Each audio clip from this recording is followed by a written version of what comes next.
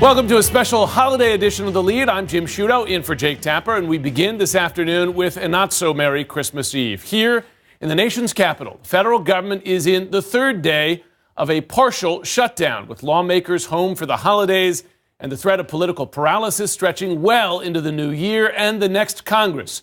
Nearly 1 million federal employees are impacted by the shutdown, some, including TSA and Border Patrol agents, forced to work without pay. Meanwhile, President Trump is holed up at 1600 Pennsylvania instead of in his Mar-a-Lago club in Florida, stewing and tweeting up a storm. Quote, "I am all alone, poor me, in the White House, waiting for the Democrats to come back and make a deal on desperately needed border security." CNN's Abby Phillip joins us now from the White House. Abby, at this point, the president, Republicans, Democrats on the Hill, they don't even seem to be talking, let alone budget. No, not at all. And there doesn't seem to be that much urgency to resolve this government shutdown issue. Instead, we've seen President Trump behind his Twitter and not really seen in the public eye for 3 days, tweeting defensively almost about his demand for a border wall, but not really adding much clarity about what he's demanding in order to end this shutdown. We're going to have a shutdown. There's nothing we can do about that. With the government shut down around him, President Trump has spent most of Christmas Eve on his phone and alone at the White House, the first president to spend the holidays in Washington since Bill and Hillary Clinton 18 years ago. The president hasn't been seen anywhere for 3 days, except on Twitter, where he has been making grievance the reason for the season. Tweeting, "I'm all alone, poor me, in the White House, waiting for Democrats to come back and make a deal on desperately needed border security." That message coming minutes before First Lady Melania Trump was seen departing Florida to return to the White House early because of the shutdown. Trump's demand for border wall funding has even prompted some Republicans to question whether the fight is all for show. This is a made-up fight, so the president can look like he's fighting, but even if he wins, our borders are going to be insecure. It's a spectacle, and candidly, it's juvenile. The whole thing is juvenile. Amid a government shutdown, the stock market crumbling, and turnover in his administration, the president is growing increasingly angry and isolated, according to the New York Times, taking little pleasure in his job as leader of the free world, spending less time with old friends, and telling the ones he does speak to that he feels totally and completely abandoned, the paper reports. With Congress gone until Thursday, hope seems slim that a compromise will be reached soon to reopen the government. I think that is, it's very possible that this shutdown will go beyond the 28th and into the new Congress. Even as the incoming acting chief of staff acknowledged that Trump's fight for a taxpayer-funded wall isn't exactly what he campaigned on. None of that is Mexico paying for the wall. I mean, let's just be But technically, clear about you and I this. both know that it cannot work exactly like that. I can't spend any money at the Office of Management and of Budget. The Department of Homeland Security can't actually spend money from Mexico. We have to get it from the Treasury.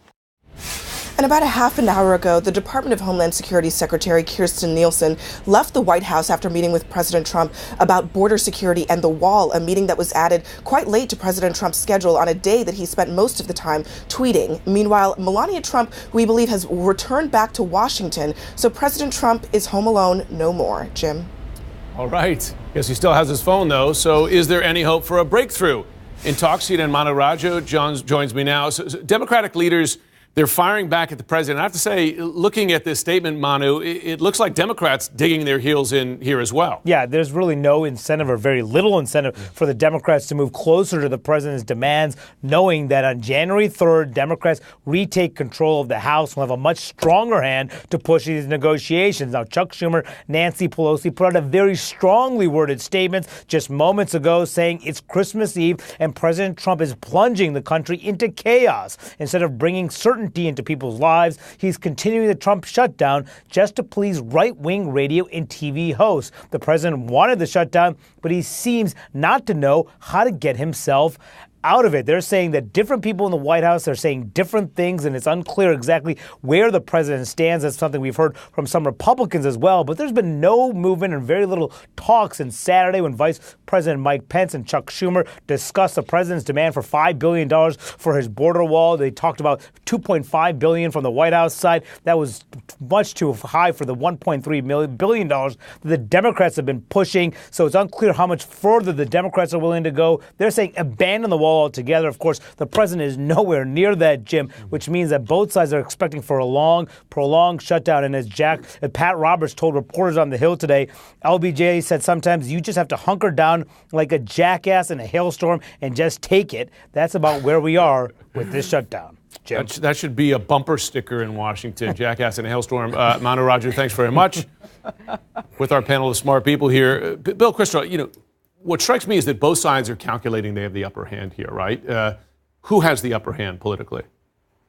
Yeah, are there both sides? It's just Donald Trump on one side. Well, Donald Trump forming one side. And yeah, he is, though. It's striking because I don't think Mitch McConnell agrees with Donald Trump on this. He was happy to voice vote the continuing resolution without Trump's extra money for the wall through last week, and Paul Ryan was clearly okay with that. I don't know. I mean, I don't think Trump has the upper hand. I just think the chaos. I think if you combine the chaos, government shutdowns end up not making as much difference as people think 6 or 12 months later, usually, as we've been through this a few times.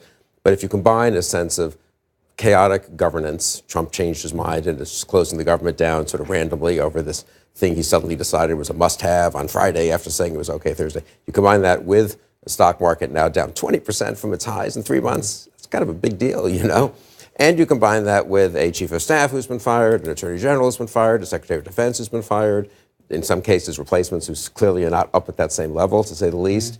I think people start to think, the whole thing looks like it's coming apart at the seams. So in that respect, I think Trump is not benefiting from this at all. Janice?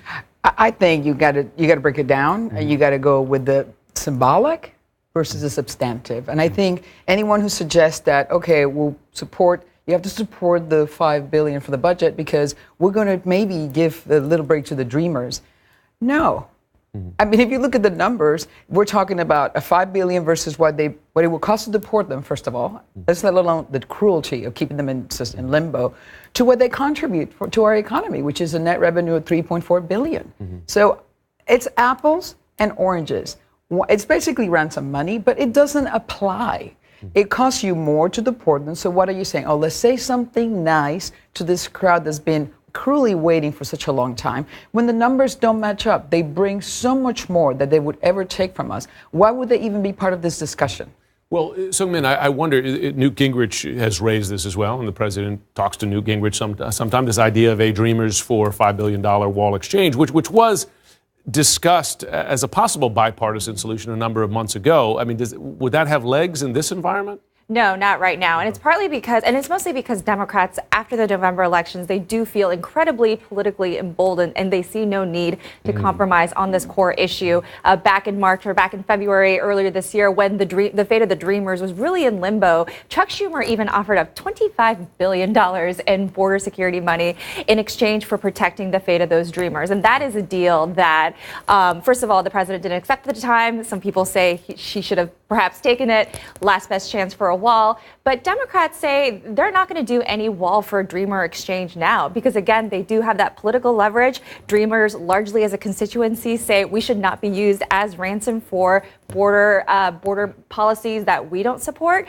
So that even if the idea is well-intentioned, it's not something that appears to be happening on Capitol Hill anytime soon. Mick Mulvaney, the acting chief of staff, he admitted something that might mean his job security is going to disappear. He admitted the fact that Mexico will not be paying for this wall, something we've known for a long time, but it's another thing to hear it from the administration. Have a listen. None of that is Mexico paying for the wall. I mean, let's just be But technically, you and I both know that it cannot work exactly like that. I can't spend any money at the Office of Management and Budget. The Department of Homeland Security can't actually spend money from Mexico. We have to get it from the Treasury. So he's saying something that the president just will not say, even though we all know it to be true, and his own chief of staff knows it to be true. Mexico is not paying, and you also can't play this game, which Sarah Sanders has repeatedly, posed, which is, well, I'll get some money elsewhere, in some sort of slush fund and move it over. They've had all sorts of ways that Mexico is going to pay for the wall since the campaign. Remember, during the campaign, it was about remittances, right?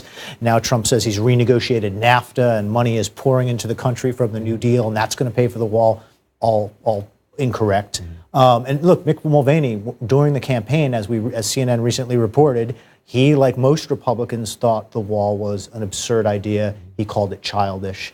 And now he's in this very bizarre position of, trying to sort of coddle Trump, trying to put some lipstick on this pig. And Trump has dragged the entire Republican Party to make the wall the end-all, be-all position. What the entire Republican Party thought in 2015 was absurd, what his acting chief of staff, they're all acting right now, I think, right? Just put that modifier in front of half the administration, called childish. The entire party has now rallied around, and conservative talk show hosts and conservative media have now pushed the president into making the ransom for a government shutdown. Shows you how much the Republican Party has been remade in Trump's image.